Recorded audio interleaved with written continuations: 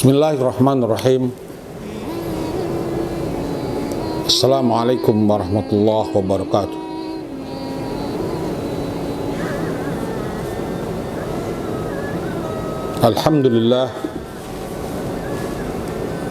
Alhamdulillahilladzi an'amana bini'amin la tuhsa. Wassalatu wassalamu ala an-nabiyil mustafa Sayyidina wa habibina wa syafi'ina wa maulana Muhammadin sallallahu alaihi wasallam wa ala alihi wa sahbihi ajma'in. Asyhadu an la ilaha illallah wahdahu la syarika lah, syahadatan tathqulu bihal mizan fil mahsyar,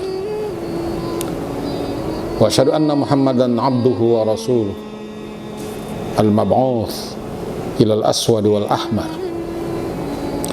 Allahumma fassalli wa sallim ala hadzal nabiyil karim sayyidina Muhammadin wa ala alihi wa sahbihi ajma'in. Amma ba'd. Ayyuhas shaimin was shaimat rahimakumullah. Pada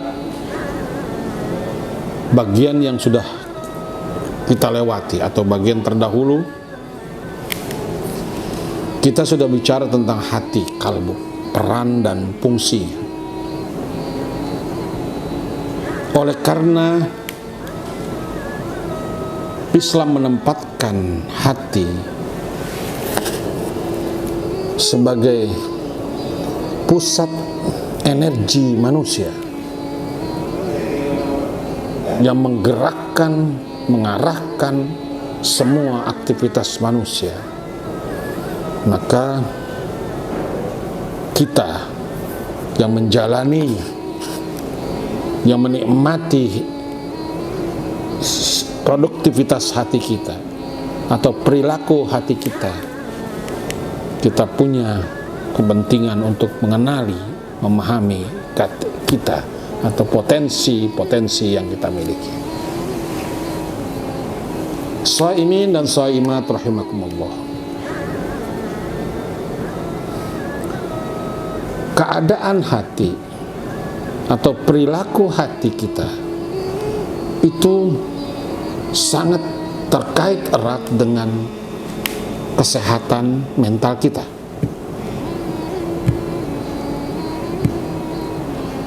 Profesor Dr. Zakiyah Derajat, pakar dalam kesehatan mental, pada bukunya beliau mendefinisikan atau mengutip satu definisi yang mengatakan orang yang mentalnya sehat, orang yang kalbunya sehat adalah orang yang mampu menyesuaikan dirinya dengan dirinya sendiri, menyesuaikan diri dengan orang lain, dan menyesuaikan diri dengan lingkungan. Ada 3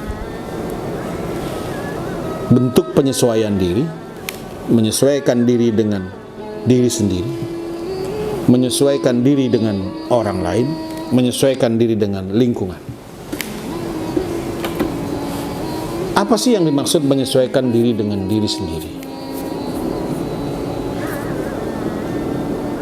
Memahami keadaan hati kita, mengenali potensi kita, baik itu potensi jasmania, potensi aqlania, potensi nafsania, potensi qalbia, potensi ruhania, itu langkah awal mengenali diri kita sendiri. Seringkali kita abai, seakan-akan Allah menganugerahkan kita itu hanya potensi jasmania saja, sehingga kita memanjakan organ-organ tubuh kita, kita memanjakan kebutuhan-kebutuhan biologis kita memanjakan diri kita, jasad kita dengan makanan-makanan yang lezat. Kita mengabaikan domain lain atau dimensi lain, dimensi kognitif kita, dimensi afektif kita, dimensi rohaniah kita abaikan. Oleh karenanya, untuk bisa menjadikan hati kita sehat, maka kita kenali potensi yang kita miliki tadi. Kemudian kita tumbuh kembangkan. Allah sudah menganugerahkan potensi-potensi itu. Potensi tersebut bagaikan sebuah benih yang harus terus ditumbuh kembangkan. Bagaimana menumbuh kembangkan potensi jasmani atau motorik domain? Ya, dengan memberikan makanan halalan thayyibah, sehingga tidak mudah terjangkiti penyakit. Makanan yang bergizi, pola makan yang bagus, pola hidup yang sehat, itu bentuk-bentuk pengembangan potensi jasmania. Dan bagaimana mengembangkan potensi akalania, kognitif domain kita? Maka dengan membaca, belajar, menganalisa, berpikir, dan selanjutnya adalah kerja-kerja kognitif, kerja-kerja akal yang terus kita lakukan tanpa pernah berhenti. Bahkan ada satu pendapat yang mengatakan, jika Anda tidak ingin pikun, maka manfaatkanlah akal Anda untuk selalu berpikir dan berpikir. Kemudian bagaimana mengembangkan potensi nafsaniyah kita atau qalbiyah kita? Allah sudah jelaskan dalam firman-Nya, qad aflaha man tazakka wa dzakara isma rabbih fasalla.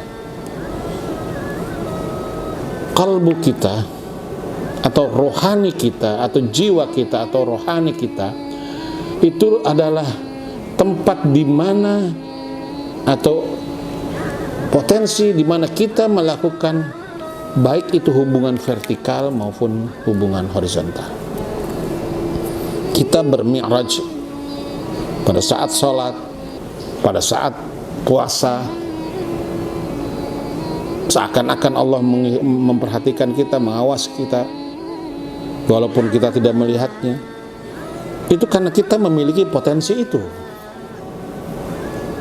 atau kita menumbuh kembangkan potensi aklaniah kita, potensi nafsaniah kita.